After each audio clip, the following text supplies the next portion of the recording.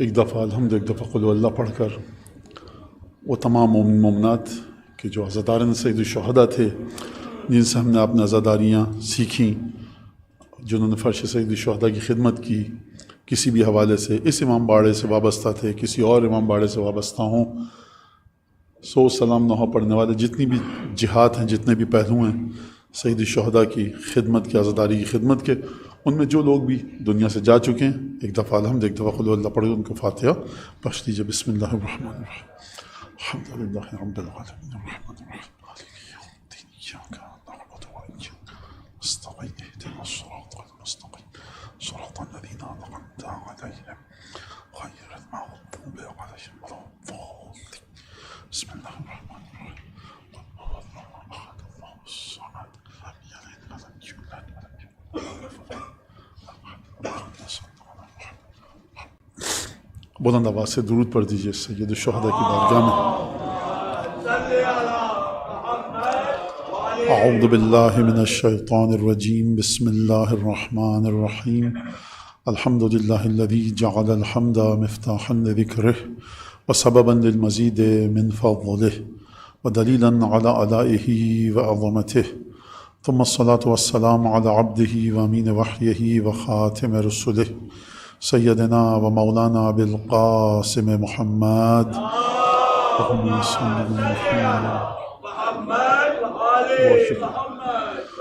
وعلى أهل بيته الطيبين الطاهرين الذين أذهب الله عنهم الرجس وطهرهم تطهيرا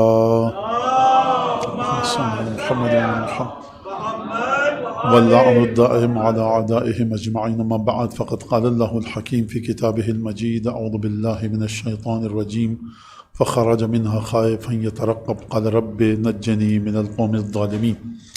رخصت سید الشہداء نے جو مدینہ منورہ کو ترک کیا، اس واقعے کی یاد میں یہ مجلس تمام امام باڑوں میں، تمام امام بارگاہوں میں منعقد ہوتی ہے، تقریباً تمام جگہوں پہ منعقد ہوتی ہے، اور بہرحال یہ ایک بڑا اہم موضوع ہے، اہم واقعہ ہے، اور جملہ صرف ایک ہے کہنے کے لیے کہ سید الشہداء نے اپنے نانا کا شہر چھوڑا، لیکن اس ایک چھوٹے سے اور چند الفاظ پر مشتمل یہ جملہ واقعاً اپنے اندر ایک بڑا درد، رنج اور اس کے ساتھ ساتھ بڑی گہرائی رکھتا ہے۔ عقیدے کی گہرائی اس میں ہے، معرفت کی گہرائی اس میں ہے، تاریخ کے واقعات کا پورا خلاصہ اس ایک جملے میں ہے۔ سید الشہداء نے جو یہ مدینہ چھوڑا، تو جب بھی کسی نے پوچھا کہ کہاں جا رہے ہیں آپ، کہا کہ مکے کا ارادہ ہے، حج کرنے، عمرہ کرنے، جو بھی اب آپ بہرحال وہ تاریخ میں جو تمام باتیں ہیں، تو سید الشہداء نے مدینہ چھوڑتے وقت کسی کو بھی یہ نہیں بتایا تھا کہ میرا آخری اور فیصلہ کن مقام کون سا ہے۔ محمد والے محمد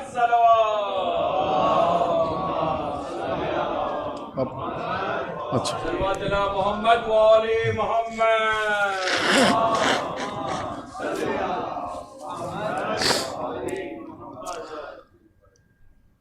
ارباب اعضاء ہیں آپ سب، اور فرش اعضاء پر آئیں، خوب واقف ہیں آپ اچھی طرح سے عزاداری سید الشہداء سے، اور جب عزاداری اپنے ایک پرسکون انداز میں اپنے ایک ڈگر پر، اپنے راستے پر چل رہی ہو، کہ جو ہمارے یہاں تمام علماء کرام، ہمارے بزرگان، محدثین، فقہا، احادیث اور اہل بیت کی روایت کی روشنی میں، تو اس میں کوئی مسئلہ نہیں، لیکن پھر جب مختلف زمانہ ترقی کرتا جاتا ہے تو پھر نئے نئے سوالات لوگوں کے ذہن میں آتے ہیں کہ بہرحال آج سے 100 سال پہلے بتایا جاتا تھا، 150 سال پہلے ہمارے بر صغیر میں ہی یا دیگر جو ایران عراق کے منابر تھے وہاں پہ، تو واضح سی بات تھی کہ سید الشہداء ہیں، حکم الہی ہے، چلے گئے، اور تمام کے تمام جو واقعات پیش آئے وہ حکم الہی تھے۔ سید الشہداء کو حکم تھا کہ صبر کرنا، اور مخالفین کو حکم تھا کہ خبردار رتی برابر سید الشہداء کے احترام میں کمی نہ آئے۔ انہوں نے اس امتحان کو اچھی طرح سے، اس امتحان کو ادا نہیں کیا، کامیابی سے باہر نہیں آئے۔ حکم تھا مودت سید الشہداء کا، اہمیت اور احترام سید الشہداء کا، انہوں نے یہ کیا۔ سید الشہداء کو حکم تھا، امتحان ہے، ثابت قدم رہنا، سید الشہداء ثابت قدم رہے، انہوں نے جو کیا ان کو اس کی سزا ملے گی، سید الشہداء اور ان کے ساتھیوں نے جو کیا ان کو خدا جزا دے گا۔ مشیت الہی تھی، خدا کا ارادہ تھا، خدا ایک خاص طریقے سے اس کام کو انجام دینا چاہتا تھا، سب لوگ سن لیتے تھے، اور بات آسان ہوتی تھی. لیکن اب جو زمانہ آگے بڑھتا گیا، مختلف سوالات آئے، اور پھر اس کے بعد ایک بڑی طویل گفتگو کا آغاز ہو گیا کہ صاحب سید الشہداء کیوں گئے، کس وجہ سے گئے. اور پھر اس کے بعد یہ جو واقعہ تھا سید الشہداء کا، کربلا کا، اس کو وہ نام دیے گئے کہ جو معصومین نے نام نہیں دیے تھے. تحریک کربلا، نہضت کربلا، تحریک کا تسلسل، ان الفاظ کا ذکر روایات میں کہیں نہیں ہے. اب اگر کسی کو برا لگ رہا ہے کہ نہیں مولانا غلط کہہ رہے ہیں، ہاتھ کنگن کو آرسی، کیا روایات کتابیں آپ کے پاس موجود ہیں؟ مجھے بتائیے کربلا سے ہمیں کیا سبق لینا ہے، روایات میں ہے، بتائیے. چھٹے امام نے کربلا کو اس طرح سے نہیں بتایا تھا، اس طرح سے بتایا تھا، روایات آپ کے پاس ہیں، بتائیے. زیارات میں یہ جملے آئے ہیں، بتائیے. لہٰذا حاکم کی وفات سے، انتقال سے 1 سال پہلے سید الشہداء، جب حاکم کا انتقال ہو گیا دمشق میں، تو سید الشہداء کو حکم دیا گیا کہ آپ ان کے بیٹے کی بیعت کے لیے آئیے. واقعات آپ کو سب پتہ ہیں. تو سید الشہداء نے حکومت کی تبدیلی سے پہلے، جو انتقال کی وجہ سے حاکم کی تبدیلی رونما ہوئی، تو اس سے 1 سال پہلے سید الشہداء حج کے لیے تشریف لے گئے. اور وہاں پر سید الشہداء نے کل تقریباً 900 یا 1000 کے قریب، جن میں صحابہ کرام بھی شامل تھے، تابعین بھی شامل ہیں. تابعین کون؟ کہ جنہوں نے رسول خدا کو نہیں دیکھا لیکن ان سے تعلیم حاصل کی ہے، کہ جنہوں نے رسول خدا کو دیکھا. اپنے ایلچی کو سید الشہداء نے روانہ کیا، کہا کہ ان لوگوں کو بلاؤ کہ جو رسول خدا کے ہمارے نانا کے صحابی زندہ ہیں. ان کو بلایا گیا، وہ آئے. اور اسی طرح سے وہ لوگ کہ جو تابعین ہیں، 200-250 کے قریب تابعین آئے. تو کل ملا کر یہ تقریباً بنو ہاشم کے لوگ. کہا کہ وہ لوگ جو معتبر ہیں، جو میری بات سمجھتے ہیں، جن پر اعتماد رکھتے ہو، ان کو بلایا گیا. اور سید الشہداء نے وہاں پر خطبہ دیا. تقریباً 1000 کے لگ بھگ لوگ تھے وہاں پر، جہاں پر سید الشہداء نے خطبہ دیا. 1 سال، یعنی سید الشہداء کی شہادت سے 1 سال یا 1.25 سال پہلے کا یہ واقعہ ہے. اور سید الشہداء نے وہاں پر خطبہ دیا. ہم کبھی کبھی ان خطبوں کو دیکھتے ہیں کہ جو سید الشہداء نے بالکل مدینے سے خروج کے وقت، مدینے سے روانگی کے وقت، اس سے قبل دیے. پھر سید الشہداء کے وہ خطبے جو سید الشہداء نے مکے میں دیے. پھر سید الشہداء کے وہ خطبے جو آپ کی منزلیں تھیں، جہاں پہ پڑاؤ ڈالتے تھے، اسٹیشن بنائے سید الشہداء نے، ٹیمپرری اسٹاپ اوور کہتے ہیں بچے. تو 13 یا 14 منزلیں ہیں مکے سے نکل کر کہاں تک جانے کے لیے؟ کربلا تک. لیکن جب کربلا میں پہنچے، کہاں پر؟ عزیب الحجانات میں. تو سید الشہداء کی منزل کا رخ کربلا کی طرف تھا، دائیں طرف مڑنا تھا راستے سے. ہور کے لشکر نے آ کر روکا، اور عزیب الحجانات کے بعد آپ کو کربلا میں مجبور کیا گیا کہ آپ اپنا پڑاؤ وہاں پر ڈالیں، ورنہ سید الشہداء کی اصلی منزل کوفہ تھی. یہ واقعہ بھی آپ کو پتہ ہے. تو کچھ سید الشہداء نے خطبے اس راستے میں، جہاں پہ تقریباً 13 یا 14 منزلیں ہیں، مکے سے جب نکلے، آپ حضرات جانتے ہیں کہ سید الشہداء جو آج کی تاریخ ہے، مدینے سے نکل کر مکے آئے ہیں. اور مکے میں کب پہنچے ہیں؟ 3 شعبان کو. اور اس کے بعد 7 یا 8 ذی الحج کو سید الشہداء نے مکہ چھوڑ دیا اور کوفے کا ارادہ کیا. 2 محرم کو سید الشہداء کوفے میں نزول اجلال فرمایا سید الشہداء کے نور اطہر نے. تو اس میں جو سید الشہداء نے تمام خطبے دیے، وہ خطبے آپ کے سامنے ہیں. تو جتنے بھی خیالات ہیں، افکار ہیں کہ سید الشہداء نے اس مقصد کے لیے مکہ چھوڑا، سید الشہداء کی نیت، قصد اور ارادہ یہ تھا کہ سید الشہداء فلاں کام کریں کوفے پہنچ کر، جو بھی آپ کا نظریہ ہے وہ روایات سے آپ کو ثابت کرنا پڑے گا. اب اگر اس میں ایک علمی تحقیقی گفتگو کی جائے تو یہ منبر کا مقام یہ نہیں ہے. اس میں بحث ہوگی کہ یہ خطبہ ایسے دیا، وہ خطبہ ایسے دیا، ظہور الفاظ کیا ہے، معارض ہے کہ نہیں ہے، مورخین نے کیا کہا ہے، قرآن کی تفسیر کیا ہے، تعویل کیا ہے، رسول خدا کا وعدہ کیا تھا. اگر یہ چیز لکھی جا چکی ہے تو جبر ہے کہ اختیار ہے؟ اگر اختیار ہے یا جبر ہے؟ محبت الہی کس سے تعلق پایا تھا؟ محبت الہی نے مشیت کیا کہہ رہی تھی؟ سید الشہداء کے واقعے کے سلسلے میں محبت الہی کا تقاضا تھا کہ سید الشہداء شہید نہ ہوں، مشیت کا تقاضا تھا کہ سید الشہداء شہید ہوں. ذات خدا ایک ہے، مشیت اور محبت میں ٹکراؤ ہے. ان تمام پیچیدہ باتوں کی فرسیازہ جگہ نہیں ہے. ضعف المطلوب نہیں ہے، یہاں پر ضعف الطالب ہے. جس سے آپ پوچھیں گے پوری چیزیں. بعض دفعہ انسان یہ کہے کہ صاحب میں اپنے بارے میں بہت بڑا، میں بہت عالم ہوں. نہیں، یہ جو میں بات دعوے سے کہہ رہا ہوں اس وجہ سے کہ سید الشہداء کی خطبات کی برکت سے میں آپ کے سامنے بات کر سکتا ہوں، ورنہ ہیچ مجال کیا ہے کہ ہم کچھ گفتگو کریں. لہٰذا بات کرنی ہے آپ کو تو بات کیجئے خطبوں پہ، احادیث پہ. قیاس کی جو نجاست آپ جہاں سے اٹھا کے لائیں اس کو وہیں پہ پھینک کے آئیے. یہ اہل بیت کا طریقہ ہے. یہاں قیاس نہیں چاہیے. یہاں پہ آپ بات کی روایات کے ذریعے، احادیث کے ذریعے، اور جست مت لگائیے، چھلانگے مت لگائیے. تو پھر اور کیا مطلب ہو سکتا ہے؟ اور کا مطلب سید الشہداء علیہ باللہ لاوارث دنیا سے نہیں گئے، اپنے بعد 9 اماموں کو چھوڑ کے گئے ہیں، اور انہوں نے اس وراثت کا بڑے بہترین طریقے سے حق ادا کیا. اور ائمہ معصومین کے جانے کے بعد فقہاء نے، محدثین نے بڑے بہترین طریقے سے حق ادا کیا. نہ آپ کو پوری تاریخ میں کہیں ملے گا امام زادوں کے یہاں، معصومین کے یہاں کہ کربلا سے یہ درس لو. قطعاً یہ جملہ کہیں نہیں ہے. جس کے بعد ہمارے دیکھیے درس تو آپ کو لینا ہے کربلا سے، لیکن کیا لینا ہے، کس طرح سے لینا ہے، اور کربلا کی گفتگو کیا ہے، کربلا کس طرح سے گفتگو کرتی ہے، یہ آپ نہیں دے سکتے معذرت کے ساتھ. اور کسی بھی امام باڑے کی کسی بھی چھت کے نیچے جو سامعین ہوتے ہیں وہ نہیں دے سکتے. کام ہی نہیں ہے آپ کا احادیث کی چھان پھٹک کرنا، احادیث کو کھنگالنا. کسی بھی واقعے کے سلسلے میں، چاہے جناب امیر کی شہادت ہو، چاہے غدیر ہو، رسالت مآب کی نبوت ہو، قرآن کیسے نازل ہوا، آپ غیب سے تعلق کی بات کر رہے ہیں، استعمال کر رہے ہیں انسانی عقل کو. غیب سے تعلق کی اگر بات ہے تو ہیومن وزڈم نہیں کام چلے گا. ڈیوائن وزڈم عالم غیب سے آپ کو مدد دینی پڑے گی، اور عالم غیب ڈیوائن وزڈم آپ کو کہاں پر ملے گی؟ آپ کو ملے گی 12, 5 اور 14 کے کلمات میں. لہذا اور خود سید الشہداء کے جو واقعات ہیں اس میں آپ جا کر دیکھیے. فرض کیجئے کہ ایک سید الشہداء کے ساتھ شہید ہے، ترماح، بعض نے کہا ترماح، رے پہ تشدید ہے، بعض کے میم پہ، بہرحال قویں طا رے میم الف ہے، ابن عدی، 2 نام کے شخص ملتے ہیں. اس کے بارے میں علماء نے بحث کی کئی صفحے. اب وہ میں یہاں پہ لے کر چلوں، اس نے یہ کہا تو ایک عجیب خشک بحث ہو جائے گی. مجلس یہ جگہ نہیں ہے، اکیڈمک گفتگو کرنی ہے. آئیے کتاب کھولیے، روایت کھولیے، ایک ایک لفظ پر گفتگو کیجئے. استظہار عرفی کیا ہے، معانی کیا نکلتے ہیں، اس سے کوئی روایت دوسری ٹکراتی ہے کہ نہیں ٹکراتی. اس کے بعد پھر ہوگا. سرکار گندم کا آپ کو آٹا پیسنا ہوتا ہے، کئی گھنٹے تک چکی چلائی جاتی ہے. آپ کلمات معصومین پڑھ کے آپ سمجھے کہ ڈرائیو تھرو ہر چیز ہے، بس وہ جو جملہ تھا اس کا کیا مطلب تھا؟ نہیں، ایسے نہیں ہوتا میاں. بات اگر اجتہادی کرنی ہے تو اجتہاد کی الف ب سیکھ کر آؤ.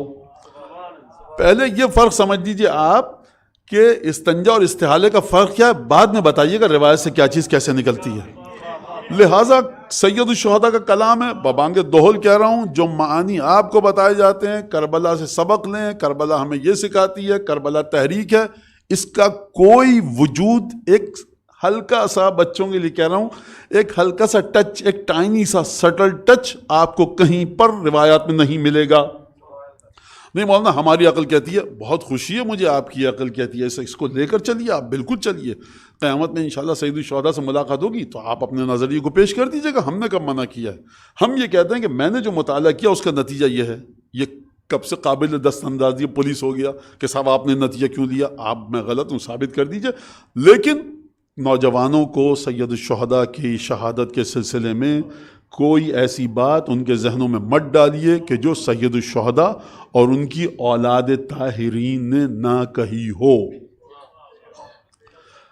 خطبہ جو سید الشہداء نے منی میں دیا 1 سال پہلے، دمشق کی حکومت کی تبدیلی سے پہلے، اس میں سید الشہداء نے گفتگو کی.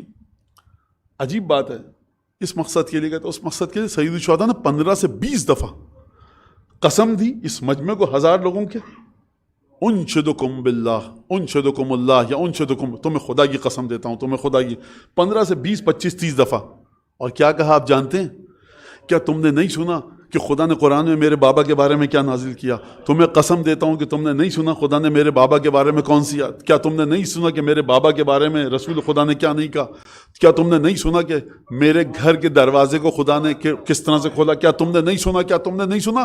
20-25 دفعہ تمام کی تمام چیزیں کہ جو راوی کہتا ہے کہ وَلَمْ تَدَعْ شَيْئًا مِمَّا أَنزَلَهُ اللَّهُ فِي الْقُرْآنِ وَلَا عَلَى لِسَانِ النَّبِي صلی اللہ علیہ وآلہ وسلم، فرمایا کہ نہ رسول خود جناب سید الشہداء نے منہ میں جو خطبہ دیا اپنے مکہ چھوڑنے سے 1 سال پہلے کی بات ہے، یہ اس سال کی بات نہیں ہے جب سید الشہداء مکے آئے، کچھ مہینے رکے اور چلے گئے کربلا کی طرف۔ یہ کربلا کے سفر کی بات نہیں ہے، کربلا کے سفر سے 1 سال پہلے کا واقعہ ہے۔ اور راوی کہتا ہے کہ سید الشہداء حسین ابن علی نے کوئی آیت ایسی چھوڑی ہی نہیں کہ جس میں جناب امیر کی فضیلت کا ذکر ہو۔ آپ سے سوال کر رہا ہوں، قرآن میں 1 آیت ہے، 2، 3، 5، 6؟ مجھ کو پتہ ہے قرآن مجید میں 100 آیتیں، مجھ کو سید الشہداء کا ذوالجناح سے گزرے نا اور گرد اڑ کے میرے امامے پہ آ جائے تو میں ارسطو اور افلاطون کو درس دینے لگوں گا۔ مجھ کو 100 آیتیں پتہ ہیں، 80 آیتیں پتہ ہیں۔ سید الشہداء نے جب گفتگو کی ہوگی تو میں یہ سمجھتا ہوں راوی کہہ رہا ہے وَلَمْ يَدَعْ شَيْئًا مِمَّا أَنزَلَهُ اللَّهُ فِي الْقُرْآنِ، سید الشہداء نے کوئی آیت چھوڑی ہی نہیں جو خدا نے قرآن میں نازل کی ہو۔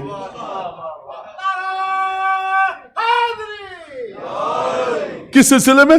جو میرے بابا کے بارے میں کہا، میرے بارے میں کہا، ہمارے گھر کے بارے میں کہا۔ سید الشہداء نے یہ گفتگو وہاں پر فرمائی۔ پھر سید الشہداء کیوں نکلے تھے؟ میں نے ہمیشہ کہا صاحب بتائیے آپ کیوں نکلے تھے؟ بتایا کہ میں اس لیے نکل رہا ہوں۔ مختلف روایت لائی جاتی ہیں کہ میں اس لیے نکل رہا ہوں۔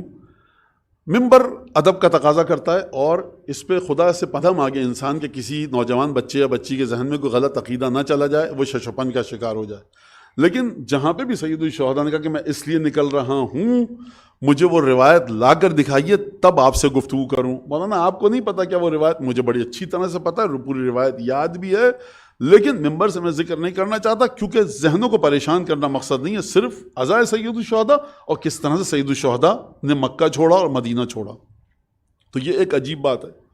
اور پھر اس کے بعد کون سی آیت پڑھی سید الشہداء نے کہ جب جناب موسیٰ مملکت مصر، ملک فرعون کی بادشاہ سے نکلے تھے تو سورہ قصص کی آیت پڑھی سید الشہداء نے فخرج منہا خائفا یترقب قال رب نجنی من القوم الظالمین۔ خوب توجہ کیجیے گا، جملہ ہے سید الشہداء کا، نقل فرما رہے ہیں سید الشہداء قرآن کی آیت سے۔ فخرجا، اور خارج ہوئے موسیٰ، کہاں سے؟ مملکت مصر سے۔ کس کیفیت میں؟ خوف کی کیفیت میں۔ اور خوف کی کیفیت کے ساتھ دوسری کیفیت تھی ترقب کی، تے رے قاف بے، ترقب۔ میں آپ کو یہ گفتگو اس لیے نہیں کر رہا کہ عزا کا موقع ہے اور مصائب و فضائل ہونے چاہیے، اس طرف بھی آؤں گا میں، لیکن آپ کو پتہ لگے کہ ہلکا سا اشارہ کروں کہ یہ بحث پیچیدہ ہے۔ بھاگتے ہوئے دوڑتے ہوئے آپ نے کہا سینڈوچ چاہیے، ایک ہاتھ سے سینڈوچ پکڑا اور دوسرا ہاتھ سے پیسے دیے اور بھاگتے ہوئے چلے گئے، وہ نہیں ہے مقامات ائمہ۔ آپ کو ایک ایک آیت کو جس طرح سے خدا نے نازل کیا ہے، ایک ایک لفظ کو، واو کو، لا کو، الا کو، منہو کو، علیہ کو، اس چھوٹے چھوٹے لفظ کو بڑی باریکی سے دیکھنا ہے۔ اور یہ کام قطعاً ممبر کا اور مجلس کا نہیں ہے، لیکن میں مجبور ہوں کیونکہ یہ بات نوجوان بچوں کے ذہن میں ڈالی جا رہی ہے اور ڈالی جا چکی ہے۔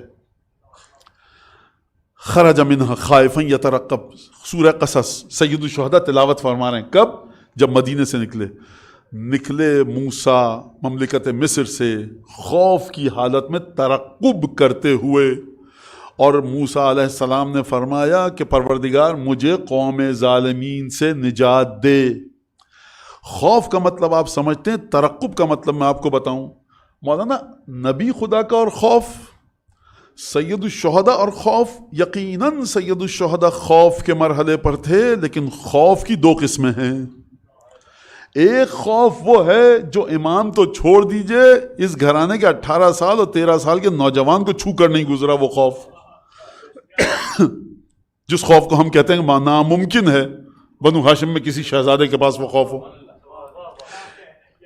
لیکن وہ خوف کون سا ہے؟ ڈر جانا، گھبرا جانا، ہاتھ پیر ڈھیلے ہو جائیں، پسینہ آنے لگے ڈر کی وجہ سے، انسان جائے پناہ ڈھونڈے، بھاگے دوڑے، یہ دور ہے ان ہستیوں سے، ہاشا وکلا۔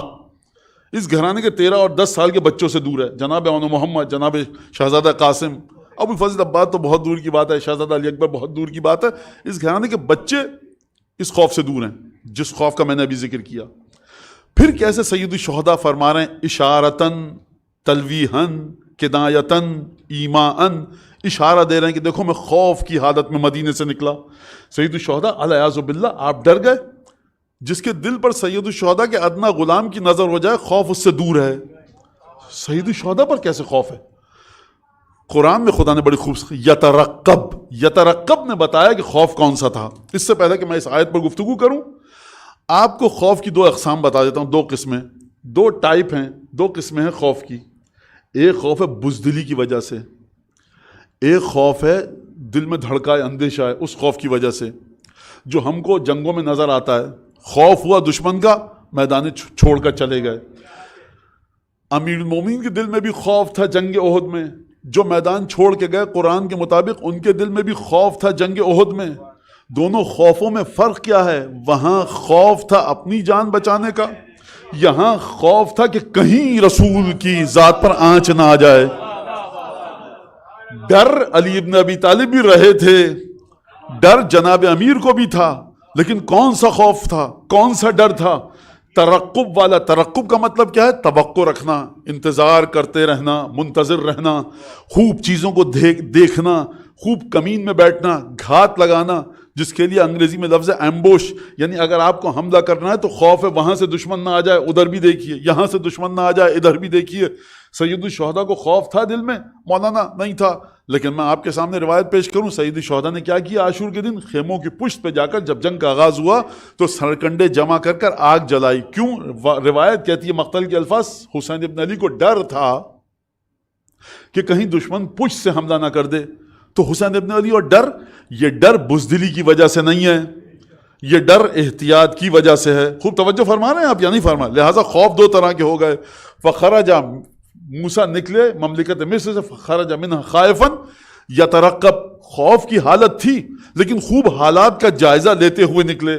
اگر موسیٰ نعوذ باللہ ڈرپوک ہوتے، الیاذ باللہ خاکم بدہن ڈرپوک ہوتے، تو اس طرح سے فرعون جیسے بادشاہ کے مقابلے میں کھڑے نہیں ہوتے، اس طرح سے جناب موسیٰ وہ تمام کام انجام نہیں دیتے۔ سامنے بحیرہ احمر ریڈ سی ہے، اس کی ٹھاٹیں مارتی ہوئی موجیں ہیں، اِنَّا لَمُدْرَكُونَ، موسیٰ کیا کر رہے ہو؟ قرآن کی آیت، فرعون کا لشکر پیچھے سے آ رہا ہے، ابھی دبوچ لے گا، مار دے گا۔ کہا کلا، کبھی نہیں ہو سکتا، اِنَّ مَعِی ربی، میرا رب میرے ساتھ ہے، ہدایت کرے گا۔ موسیٰ کے دل میں اگر خوف ہوتا تو خوف کی جگہ وہ تھی، لہٰذا جناب موسیٰ کے دل میں خوف تھا، جناب امیر کے دل میں خوف تھا، حسین ابن علی کے دل میں خوف ہے، لیکن خوف وہ نہیں ہے جس کی نشأت، جس کی جڑ، جس کا اوریجن بزدلی ہو۔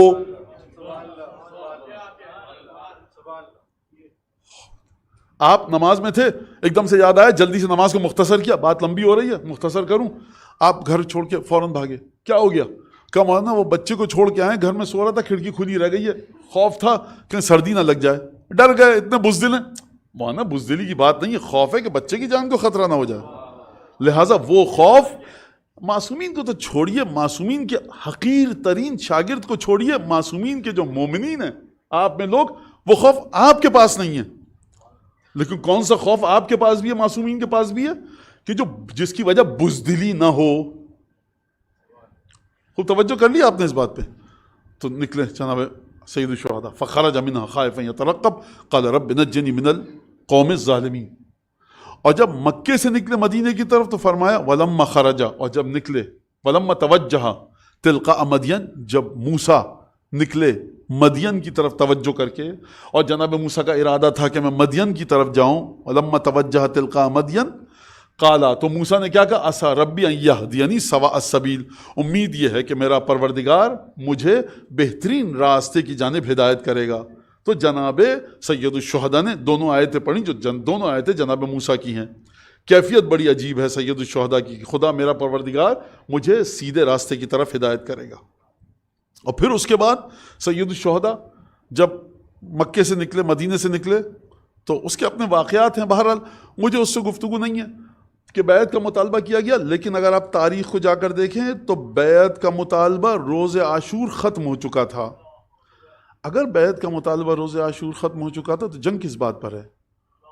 بیعت کا مطالبہ گھناؤنا مطالبہ تھا سید الشہداء سے، بے ادبی تھی۔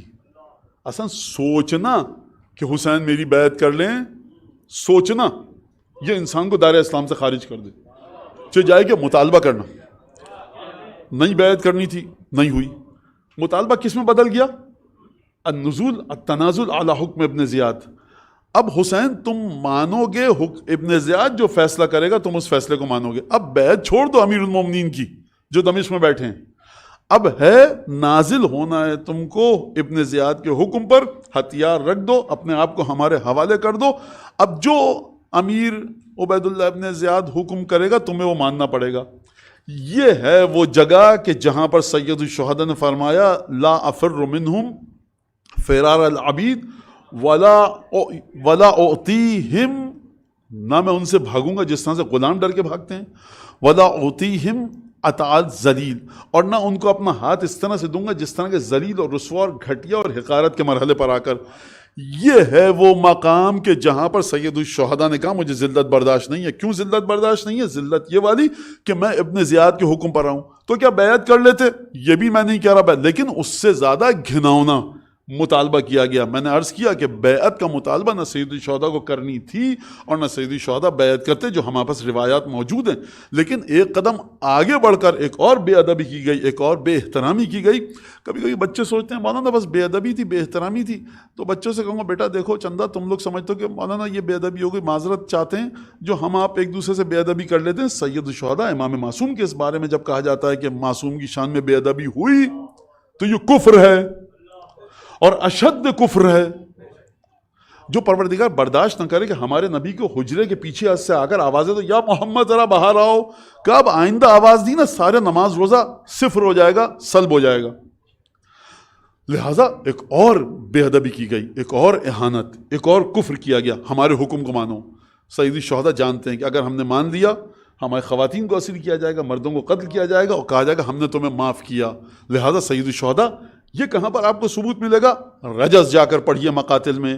رجز کیا ہوتا ہے؟ جب کوئی بھی شہید نکلتا تھا میدان کی طرف جاتا تھا تو اپنا تعارف کرواتا تھا، اور سب سے بڑا عجیب جو تعارف کروایا صلوات اللہ وسلام علیہ، صلوات اللہ وسلام علیہ، جناب حضرت علی ابن الحسین یعنی جناب علی اکبر نے جو اپنا تعارف کروایا، عجیب تعارف کروایا۔ یہ تعارف بتا رہا ہے کہ اس نوجوان کے دل میں کتنی بہادری تھی۔ تلوار چلائی نہیں چلائی علی اکبر نے، وہ بات کی بات ہے کیسی چلائی۔ جو تعارف کروا رہا ہے یہ شہزادہ اپنا، اس تعارف کے اندر عجیب ببانگ دہل تعارف کروا رہا ہے۔ میں کس طرح سے اس بات کو آپ تک منتقل کروں؟ 30,000 کے لشکر میں شہزادہ جا رہا ہے اور کہ انا علی ابن حسین ابن علی۔ علی اکبر جا رہے ہیں آپ، انشاءاللہ کہ سید الشہداء اپنے فرزند اطہر کے ذکر کو قبول فرمائیں، اور خدا جناب علی اکبر کی والدہ مکرمہ گرامی قدر والا صفات اس عفیفہ مخدرہ کو امیر المومنین اور جناب سیدہ کی جانب سے اجر جزیل عطا فرمائے۔ جناب لیلا کیا نوجوان تربیت کیا ہے اور کیا طیب و طاہر شیر ارتضاع کیا ہے اس شہزادے نے۔ بالکل دادا کا انداز ہے، جیسے مرحب میں کے سامنے خندق میں عمرو بن عبدبد کے سامنے دادا گئے تھے، وہی انداز ہے۔ بات طویل نہیں کرنا چاہتا، لیکن ان شہزادوں کی شخصیات کے گوشوں کو سمجھیے۔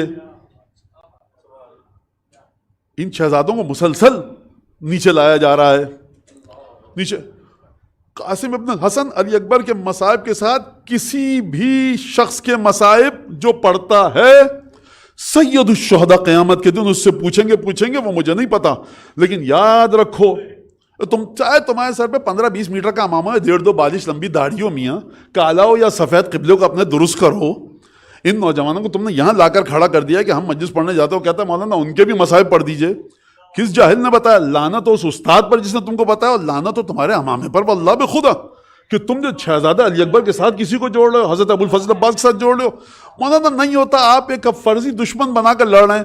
دوں آپ کو لنک یوٹیوب کا، بتاؤں آپ کو کہاں پہ کون کہہ رہا ہے۔ مولانا اس کو کہنے کی ضرورت نہیں، سیدھی سیدھی مجلس پڑھیے۔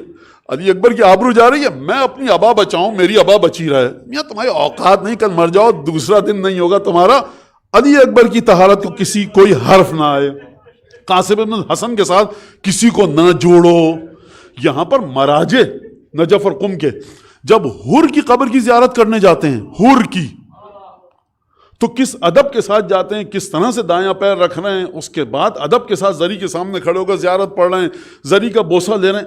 حر ابن یزید ریاحی جو کچھ گھنٹوں کا مہمان تھا، علی اکبر کون ہے؟ ابراہیم خلیل اللہ کی نسل سے ہیں، طہارت علی۔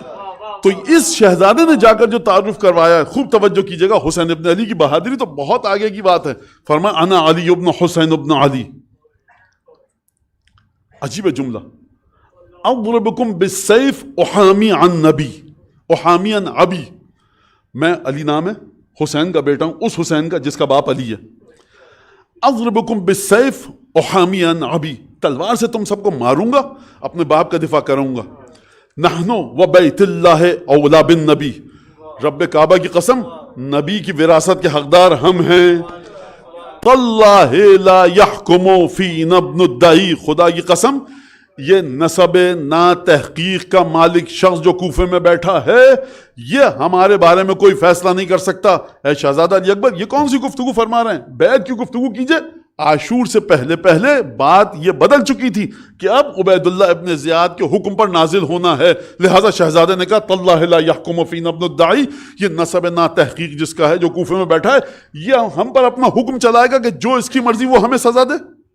چلیے پہلے شعر کی طرف، انا علی ابن حسین ابن علی، 30,000 کے لشکر میں شہزادہ جا رہا ہے، جانتا ہے یہ شہزادہ، اب یہ بات آ گئی مجھے کہنے دیے، یہ شہزادہ جانتا ہے، کیا جانتا ہے؟ یہ شہزادہ جانتا ہے کہ 30,000 کا لشکر میرے بابا کا بھی دشمن ہے، میرے دادا کا بھی، شدید بغض رکھتا ہے یہ لشکر۔ اس کے باوجود بھی کہہ رہا ہے، کیا کہہ رہا ہے؟ جس حسین سے بغض رکھتے ہو نا، جس علی سے بغض رکھتے ہو، اس کا پوتا اور بیٹا آ رہا ہے۔ شہزادہ علی اکبر ذرا سا ترحم حاصل کیجئے، سمپیتھی گین کیجئے ان سے کہ آپ کو بے دردی سے قتل نہ کرے، یہ ہے شہزادہ۔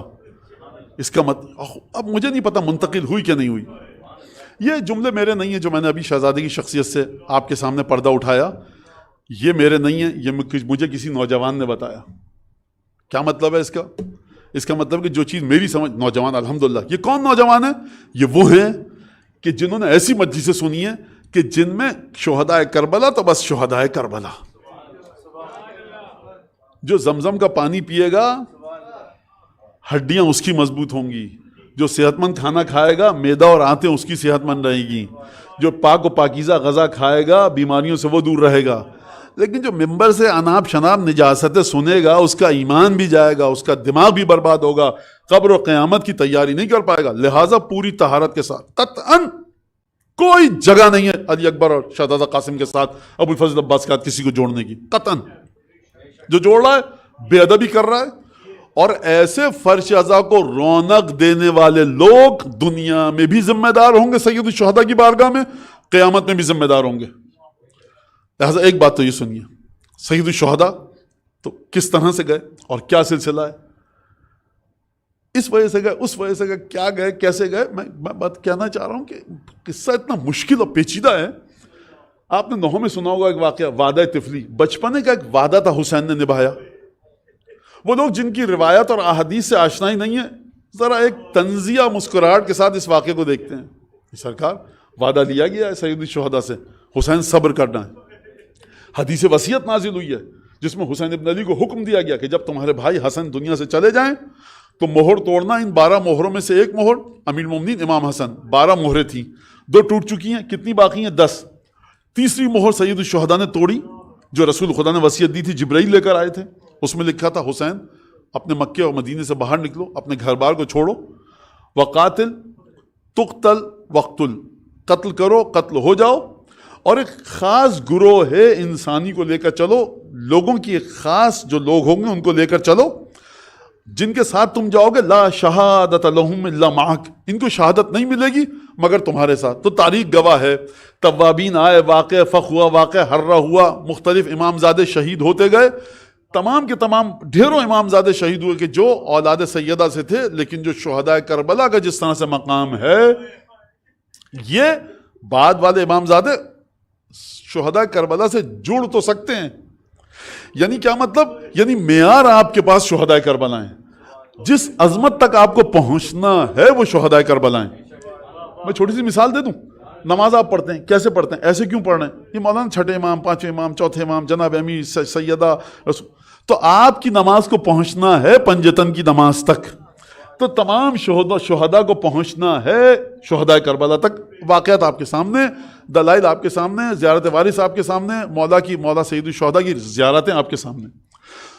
لہٰذا یہ ایک خون عجیب تھا جو بہا. اور دوسری بات، سید الشہداء اگر یہ قربانی نہیں دیتے تو آپ حضرات کہتے ہیں کہ اگر امام سجاد ہوتے تو وہ ایسے ہی قربانی دیتے، اگر امام باقر ہوتے تو وہ یہی کام کرتے. دیکھیے خوب توجہ کیجیے گا، بات صحیح نہیں ہے اس طرح سے.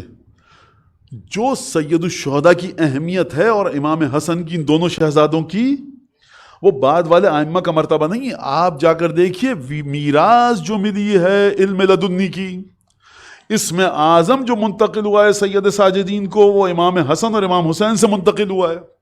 آپ دعائے علقمہ جا کر پڑھیے، پنجتن کا نام ایک خاص حقیقت رکھتا ہے. روایات کے مطابق جا کر دیکھیے آپ کہ پنجتن کا نام کشتی نوح پر، پنجتن کا نام آدم کی دعا قبول ہو رہی ہے پنجتن کے نام سے. پنجتن کی کیفیت کیا ہے؟ لہٰذا پنجتن ایک تو چیز ہے. دوسری چیز، سید الشہداء کا سماجی مرتبہ، سوشل اسٹیٹس. ایک ایک لفظ پہ غور کیجیے گا. مجھے بڑا ڈر لگتا ہے حساس اور پیچیدہ باتیں کرتے ہوئے، لیکن کیا کروں، اب جو بھی ریکارڈڈ ہے بعد میں پوچھ لیں، جس کو سوال ہو وہ کر لے. سید الشہداء کا جو سماجی اسٹیٹس ہے وہ امام سجاد کا نہیں ہے. جو سید الشہداء کا سماجی اسٹیٹس ہے وہ امام صادق کا نہیں ہے. حتیٰ مدینے میں آپ کو دیکھے گا کہ جو سماج میں جس طرح سے احترام سیدہ کا تھا، وہ بعض دفعہ آپ کو ملے گا کہ جناب امیر کا اس طرح سے احترام نہیں تھا. میں یہ نہیں کہہ رہا کہ جناب امیر کے نعوذ باللہ فضیلت نہیں تھی، میں لوگوں کی بات کر رہا ہوں کہ لوگ کیا کہتے تھے.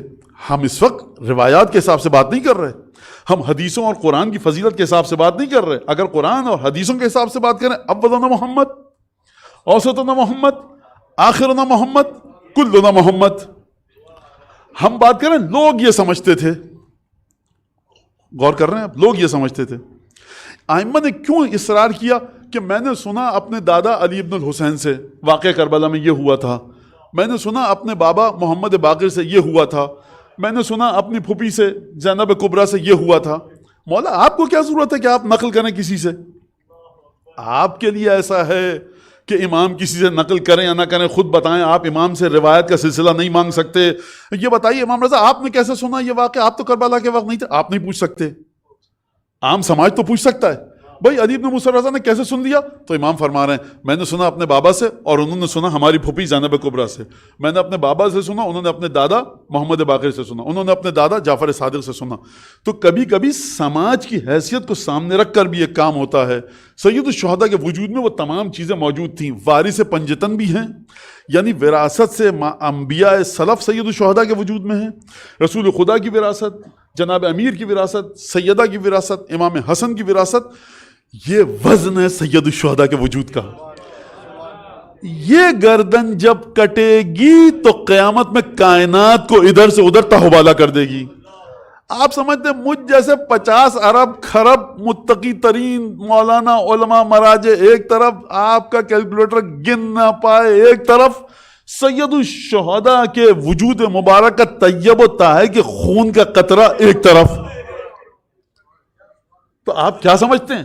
لہذا پروردگار عالم نے جو شہادت کا حکم دیا، مشیت نے، واقعات آپ کے سامنے، روایت آپ کے سامنے ہیں، الفاظ آپ کے سامنے ہیں. خداوند تبارک و تعالیٰ نے اس طرح سے اپنے دین کو بچایا کہ کوئی اس طرح سے ہو تو پھر اس کے بعد یہ واقعہ ہو سکے. جب حضرت ابراہیم ذبح کرنا چاہتے تھے اپنے بیٹے اسماعیل کو تو خداوند تبارک و تعالیٰ نے، واقعہ طویل ہے، آخر میں کیا ہوا؟ قد صدقت الرؤیا، ابراہیم تم نے خواب سچا کر دکھایا.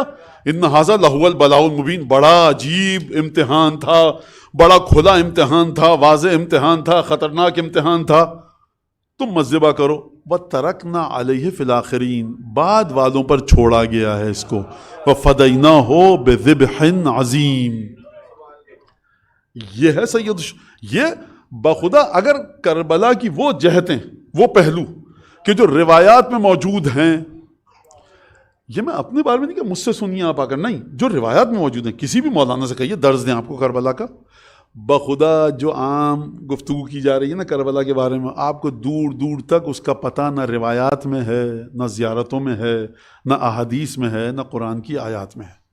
آپ کی یہ کربلا اپنی بنائی ہوئی. جس طرح سے آپ سید الشہداء کو پورٹرے کر رہے ہیں ممبر پہ، جس طرح سے روایات سے دور رہ کر، آیات سے دور رہ کر، اپنی عقل کے مطابق ٹاک شوز جو آ رہے ہیں ٹی وی پر، جو اخبار میں ایڈیٹوریل لکھا جا رہا ہے، اس کے مطابق جو آپ سید الشہداء کو بتائیں گے، تو یہ جو سید الشہداء ہیں الیاذ باللہ خاکم بدہن، کل کی نسل کہے گی کہ اس حسین کا آئی کیو اور ذہانت عبداللہ ابن عباس سے بھی کم تھی.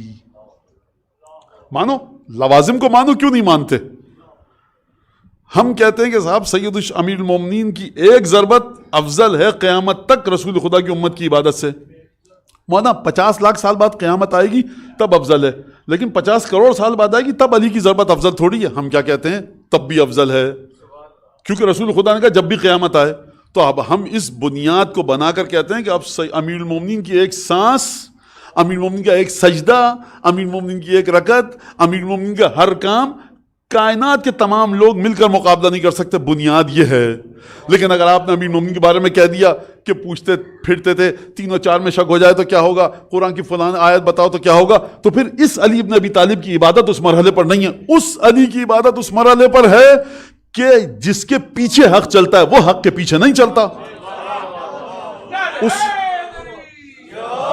اس علی ابن ابی طالب کی عبادت کو دیکھو جا کر کہ جو قرآن کے ساتھ ہے، قرآن اس کے ساتھ ہے. اس علی ابن ابی طالب کو دیکھو جا کر کہ جس کی محبت کو رکھ کر رسول خدا معراج پر گئے.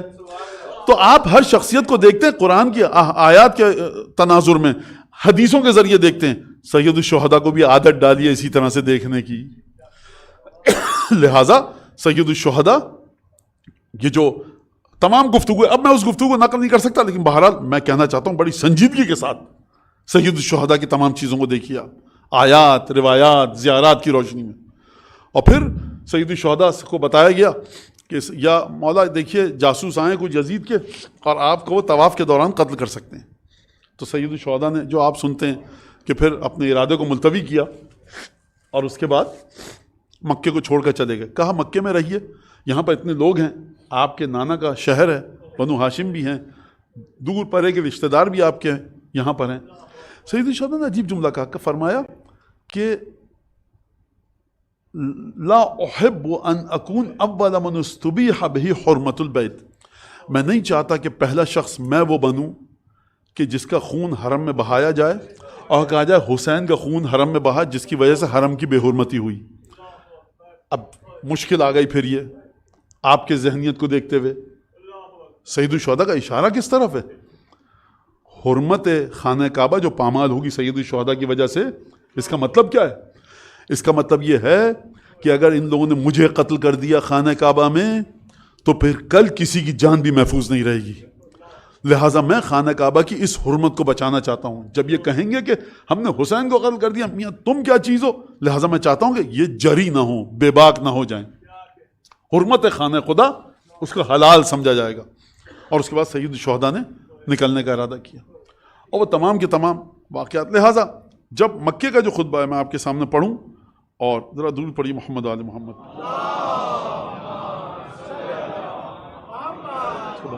برائے خوشنودی محمد و آل محمد بلند تر صلوات.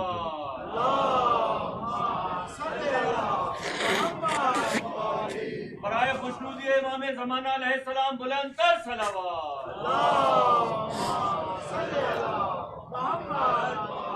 بر حبیب خدا ختم الانبیاء بلند تر صلوات.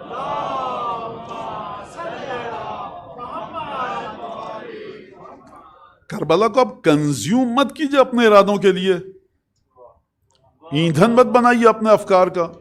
کام کرنا معاشرے کے اندر جو اچھائی، بھلائی، معاش، اقتصاد، اکنامکس، پولیٹکس، جو کام کرنا کیجئے. جس چیز کے بارے میں چھٹے اور پانچویں امام فرما رہے ہیں کربلا کا یہ ڈائمنشن، کربلا کا یہ ایسپیکٹ ویلڈ نہیں ہے اہل بیت کی نظر میں، اس کو مولانا صاحب ممبر پہ بیٹھ کے کیوں کر رہے ہیں؟ نہیں ہے حق ہم کو، نماز میں آپ کہہ سکتے ہیں تیسری رکعت کے بعد تشہد پڑھ لیجیے گا اور 4 دفعہ سلوات. سلوات تو مولانا بری چیز نہیں, اچھی پڑھ لیا کیجیے. مولانا نے کہا نہیں مولانا, اچھا روزہ جو افطار کر رہے ہیں نا 15 منٹ پہلے کر لیجیے افطار, اور سحری ایسے کہ مولانا سب باطل ہو جائے گا. کیوں؟ مولانا دین ہے, روزہ دین ہے, حسین دین نہیں ہے. دین آپ کا ہے ہی حسین ابن علی, دین آپ کا ہے ہی علی ابن ابی طالب.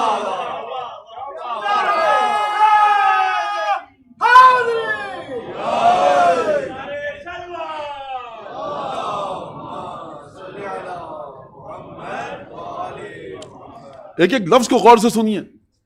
جب مکے میں 1 سال پہلے واقعہ کربلا سے تقریباً 1 سال اور 2 مہینے پہلے خطبہ دے رہے ہیں, 20-25 دفعہ اپنے بابا کی فضیلت بتا رہے ہیں. آپ مجلس میں وہ مولا علی کے فضائل پڑھتے ہیں صرف, تو مولا حسین کو سکھا دیجئے آپ منا میں جا کر کہ نہ پڑھیں اپنے بابا کے فضائل. حج کا موقع ہے, منا ہے, لہذا خوب توجہ کیجئے گا. میں نے کئی دفعہ کہا ہے, نہیں میں یہ نہیں کہہ رہا کہ صرف فضائل پڑھیں, میں نے کئی دفعہ کہا ہے آپ یہ کہیے مولانا آپ فضائل پڑھتے ہیں, ذرا حرام اور واجب بھی بتائیے, میں بالکل مانوں گا, لیکن آپ یہ مت کہیے کہ یہ جو آپ فضائل پڑھ رہے ہیں اس کا بہت ہو چکے. بہت اگر ہوتے, بہرحال اس سے زیادہ آپ کا وقت نہ لوں, مجھے یہ اور روایت کے الفاظ پڑھ رہا ہوں. عجیب جملے ہیں سید الشہداء کے, آپ کو لگے گا کہ یہ جملے ایک عجیب بوجھ وزن آپ کے کاندھوں پر ڈال رہے ہیں.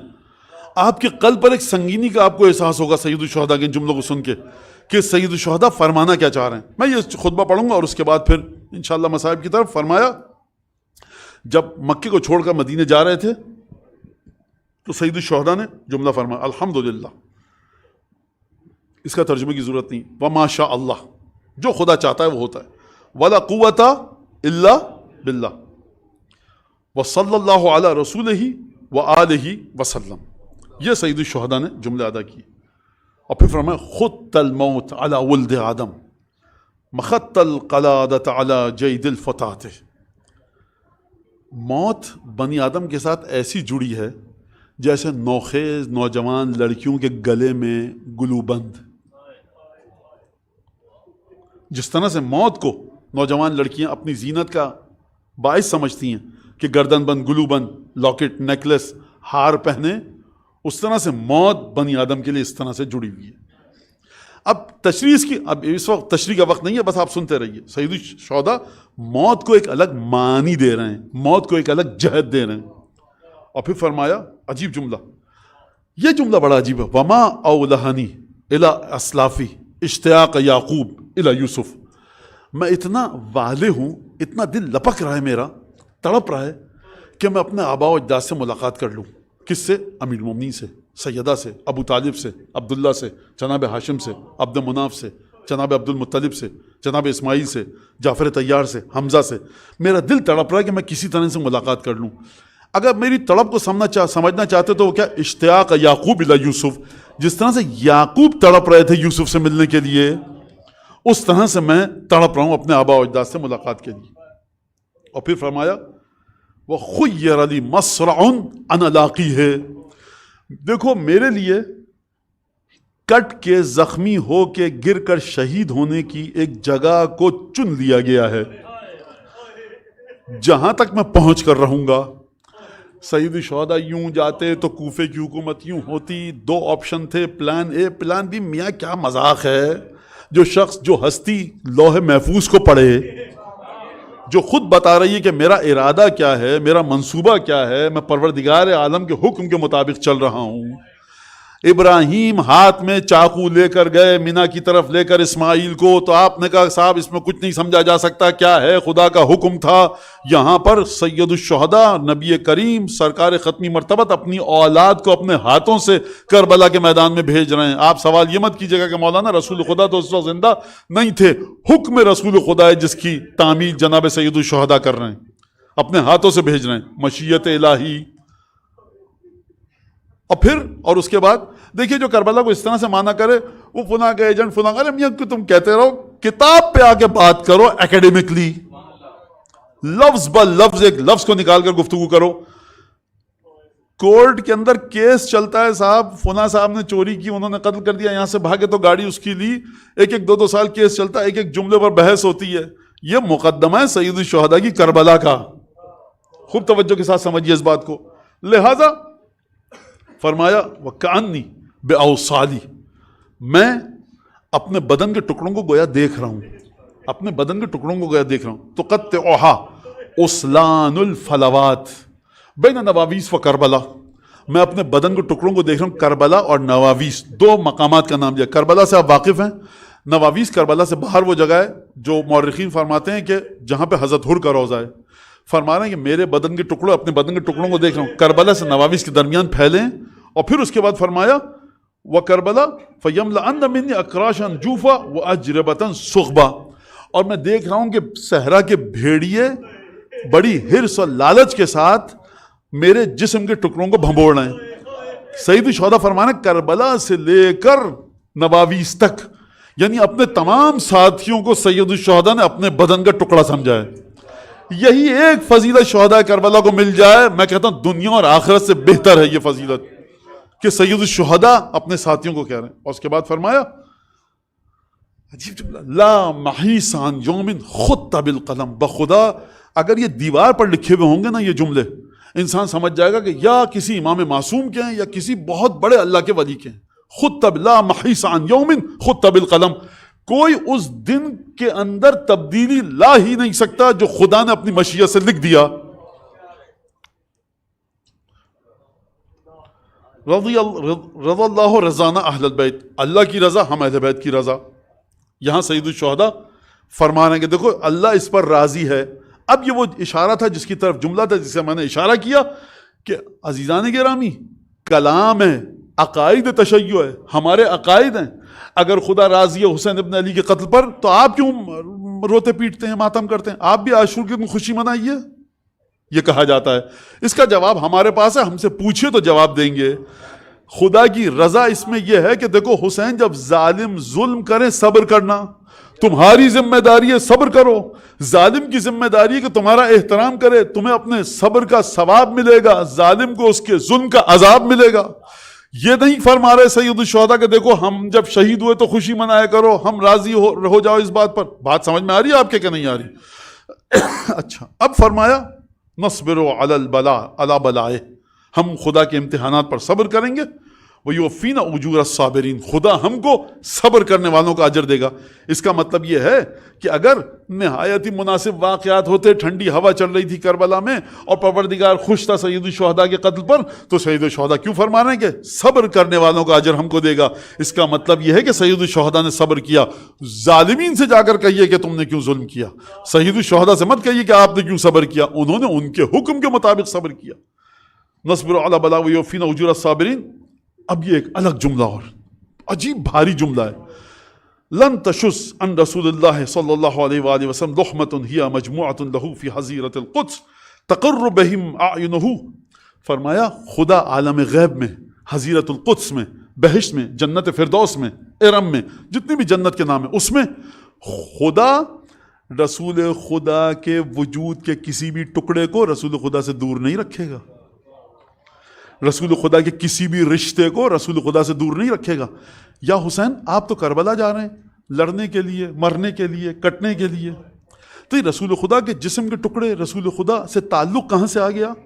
سید الشہداء بتانا چاہ رہے ہیں ایک معنی، ایک مطلب بتا رہا ہوں. دیکھو جو میرے ساتھ شہید ہوگا نا، میں تو ہوں حسین منی وانا من الحسین، تمہارا بھی تعلق میرے ساتھ شہید ہونے کے بعد رسول خدا سے ہوگا. اور یہ مت سمجھنا قیامت میں کہ رسول خدا نہ جانے جنت میں کہاں ہوں گے، بریر کہاں ہوں گے، مسلم ابن اوسجہ کہاں ہوں گے، حر ابن یزید رہائی کہاں ہوں گے. فرمایا لن تشز عن رسول اللہ لحمتن، یاد رکھنا میرے ساتھ جو کربلا چل رہے ہو حسین کے ساتھ نہیں ہو، یہ در حقیقت ناقے پہ ختمی مرتبہ تشریف فرما ہیں. اگر میرے ساتھ شہید ہوئے تو گویا تمہارا تعلق رسول خدا سے جڑ چکا ہے. اور گھبرانا مت کہ قیامت میں تم کہاں ہوگے. حسین ابن علی بتائیے کہ قیامت میں ہم کہاں ہوں گے، آپ کہاں ہوں گے. ارے تم پریشان، میں اپنے الفاظ میں بتا رہا ہوں، تم پریشان کیوں ہو رہے ہو؟ تم رسول خدا کے بدن کا گوشت بن چکے ہو، تم رسول خدا کے وجود کا حصہ بن چکے. یہ ہے طہارت خون حسین ابن علی. خوب غور سے سنیے گا اس بات کو. صلوات اللہ وسلام علیہ. اور پھر فرمایا ہی مجموعۃ لہ فی حظیرۃ القدس، خدا رسول خدا کے بدن کے تمام ٹکڑوں کو رسول کی خوشنودی کی خاطر بہشت میں جمع کرے گا. یعنی رسول خوش ہوں گے. اچھا حسین مسلم ابن اوسجہ کہاں ہیں؟ میرے الفاظ ہیں نانا جان وہ آ رہے ہیں. اچھا حر کہاں ہیں؟ یہ آ گئے. مسلم ابن اوسجہ کہاں ہیں؟ بریر کہاں ہیں؟ عابس کہاں ہیں؟ نعیم ابن عجلان انصاری کا ترما کہاں ہیں؟ یا نانا جان وہ آ گئے. یہ بنو ہاشم سے نہیں ہے کوئی ان میں شہید، یہ باہر کے ہیں. سیدہ کا طیب و طاہر خون ان کی رگوں میں نہیں ہے. شہزادہ علی اکبر کی بات نہیں کر رہا، شہزادہ علی اصغر کی بات نہیں کر رہا. یہ وہ انصار ہیں جو نہ جانے کہاں تھے، کہاں سے آئے، کیونکہ حسین کے خون کے ساتھ تمہارا خون بہا. طہارت ایسی ہے کہ اب رسول خدا جب تم کو دیکھیں گے بہشت میں اپنے ساتھ، فرمایا خوش ہوں گے. آپ بتائیے مجھے کہ رسول خدا یہ مجموعۃ لہ فی حضرت قدس تقر بہم عینہ، جب رسول خدا اپنے ٹکڑوں کو جنت میں اپنے سامنے دیکھیں گے اکٹھا، جو ان کو خدا رسول خدا کو خوش کرنے کی خاطر اکٹھا کرے گا، تو فرمایا تقر بہم عینہ، رسول خدا کی آنکھوں میں ٹھنڈک پڑے گی. رسول خدا کی آنکھوں کی ٹھنڈک جانتے ہیں آپ کون ہیں؟ شہزادی ہیں. رسول خدا کی آنکھوں کی ٹھنڈک جناب امیر ہیں، حسن اور حسین ہیں، سید ساجدین ہیں، محمد باقر ہیں. یعنی تم طہارت خون حسین ابن علی کے صدقے میں رسول جب تم کو بھی دیکھیں گے تو آنکھوں میں ٹھنڈک پڑے گی. کیوں؟ کیونکہ جب میرا بیٹا بے یار و مددگار تھا تم میرے بیٹے کو بچا نہیں سکے، اپنے آپ کو قربان کیا. تمہارے کیا کہنے. یعنی یہ وہ گھرانہ ہے کہ جہاں پر مراد پوری نہ بھی ہو، نیت دیکھ کر آنکھوں کی ٹھنڈک بن جاتا ہے انسان. بھائی رسول کو حسین کو نہیں بچا سکے، لیکن نیت یہ تھی کہ آپ سے پہلے ہم مریں گے، تم میری آنکھوں کی ٹھنڈک ہو. صلوات اللہ وسلام علیہ. پھر اس کے بعد فرمایا وَيُنَجِّزْ لَهُمْ وَعْدَهُ، خدا انہی کے ذریعے اپنے وعدے کو پورا کرے گا. اور پھر فرمایا من کان باذلا فی نموجتا، جو اپنے خون دل کے آخری قطرے کو ہمارے لیے بہانے پر تیار ہے. وقت نہیں اب دہرانے کا. وَمُوَطِّنًا عَلَى لِقَاءِ اللَّهِ نَفْسَهُ، اور اپنے آپ کو تیار کر چکا ہے خدا سے ملاقات کے لیے. دو جملے کہیں سید الشہداء کی زبان ہے، یعنی خدا کی زبان. فرمایا کہ جو اپنے خون جگر کے آخری قطرے کو بہانے کے لیے تیار ہے اور خدا سے ملاقات کے لیے. مولا یہ کیوں نہیں فرمایا آپ نے کہ جو خدا سے ملاقات کے لیے تیار ہے؟ سید الشہداء بتائیں گے کہ نہیں، میں اسی علی ابن ابی طالب کا وارث ہوں کہ جس کے وجود میں سچائی نہیں تھی، جو خود عین سچائی تھا. میں بتاؤں گا اس طرح سے کہ دیکھو ہم جائیں گے، صرف موت نہیں آئے گی، خون جگر دینا پڑے گا. دھوکے میں رکھ کر حسین ابن علی کسی کو لے کے جائیں کربلا، ہاشا و کلا. حسین ابن علی طاہر نہیں کہیے آپ، خود عین طہارت ہیں. کہا کہ جو تیار ہے اس بات کے اوپر کہ یہ کام کرے تو وہ ہمارے ساتھ کل چلے. اور دیکھو فَلْيَرْحَلْ فَإِنِّي رَاحِلٌ مُصْبِحًا انشاءاللہ، میں کل صبح مکہ چھوڑ کر نکل جاؤں گا. خدا اس خطبے کے معانی کو، مطلب کو آپ کے دلوں تک پہنچائے بس. اور اس کے بعد ایک دفعہ رات کا وقت آیا اور سید الشہداء نے ایک دفعہ نانا کی قبر کی زیارت کو گئے. فلم یزل راکعاً او قائماً، شاید تالیاً، کبھی قیام کی حالت میں، کبھی رکوع، سجدہ، ذکر، اوراد، دعائیں. جب ایک دفعہ خوب عبادت کر لی تو خدا کو مخاطب کیا اپنے نانا کی قبر کے پاس بیٹھ کر. مجھے نہیں پتا کہ میں کیسے بتاؤں، اب نقل یہ ہوا ہے، میں یہی لفظ آپ کے سامنے بتا سکتا ہوں. اللہم انا حسین ابن فاطمہ.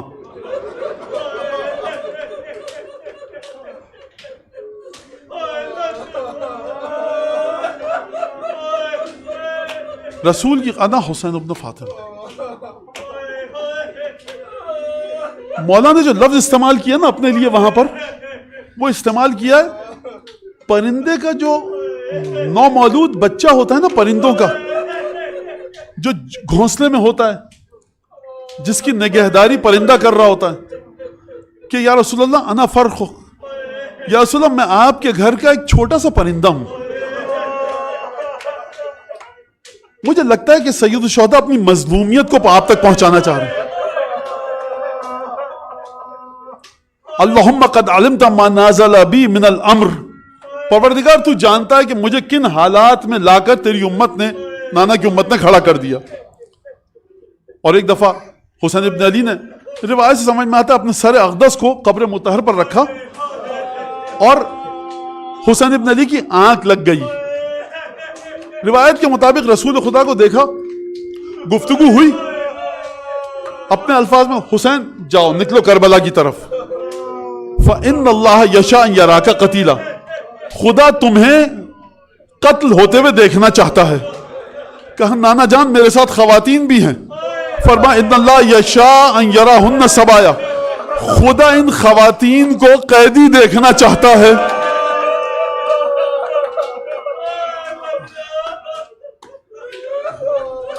بس ایک دفعہ یہ قافلہ چلا, 25-30 لوگوں کا قافلہ. انیس نے مصرع دیا, مطلع ہے مرثیہ کا, فرزند پیغمبر کا مدینے سے سفر, درپیش ہے وہ غم کہ جہاں زیر و زبر ہے, سادات کی بستی کے اجڑنے کی خبر ہے.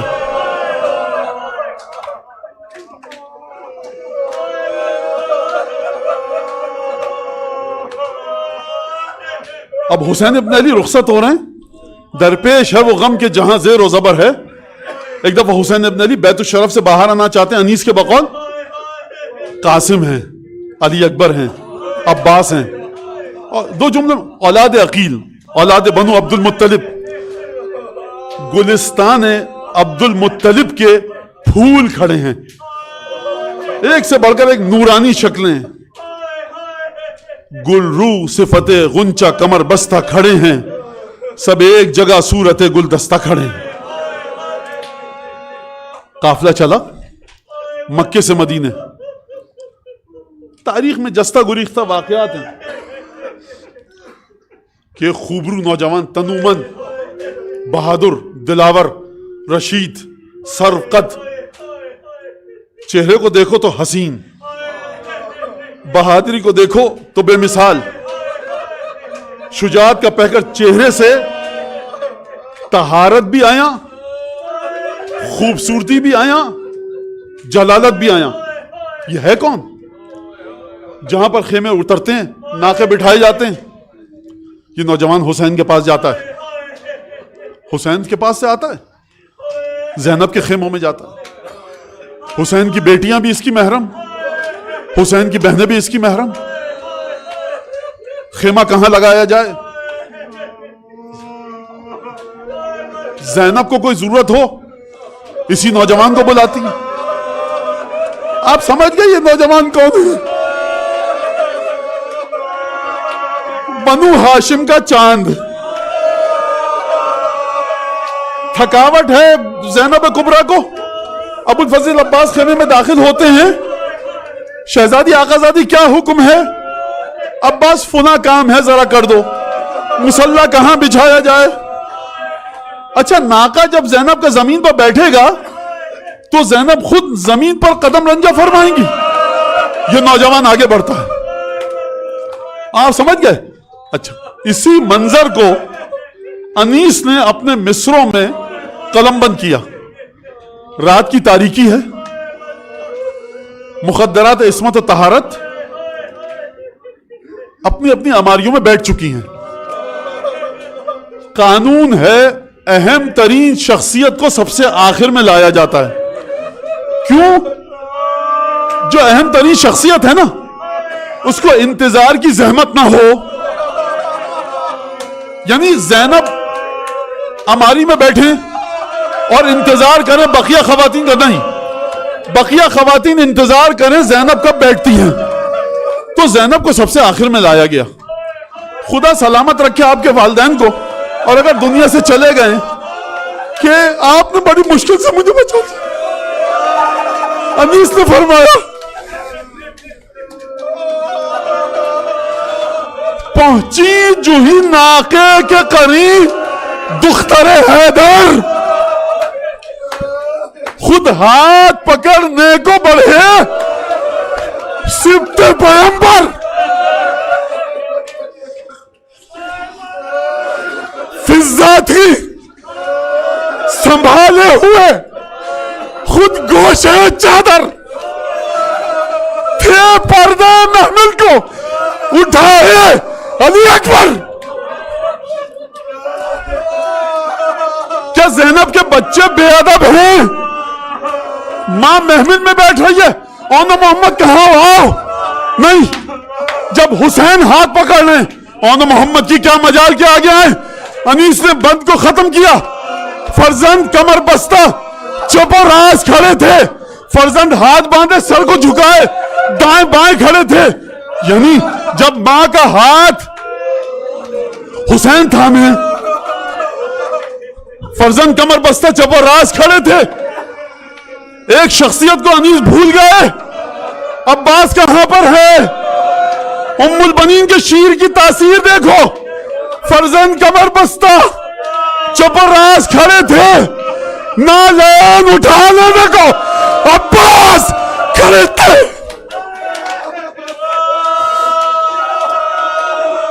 یہ قافلہ چلا. میں کہوں گا ہاتھ جوڑ کے بیوی سب سے آخر میں لگتا ہے آپ کو بٹھایا گیا. دیگر مخدرات انتظار کریں، زینب انتظار نہ کریں. میں کہوں گا بیوی سید سجاد نے کس طرح دیکھا ہوگا شام کے بابو صاحب علی کی بیٹی کو.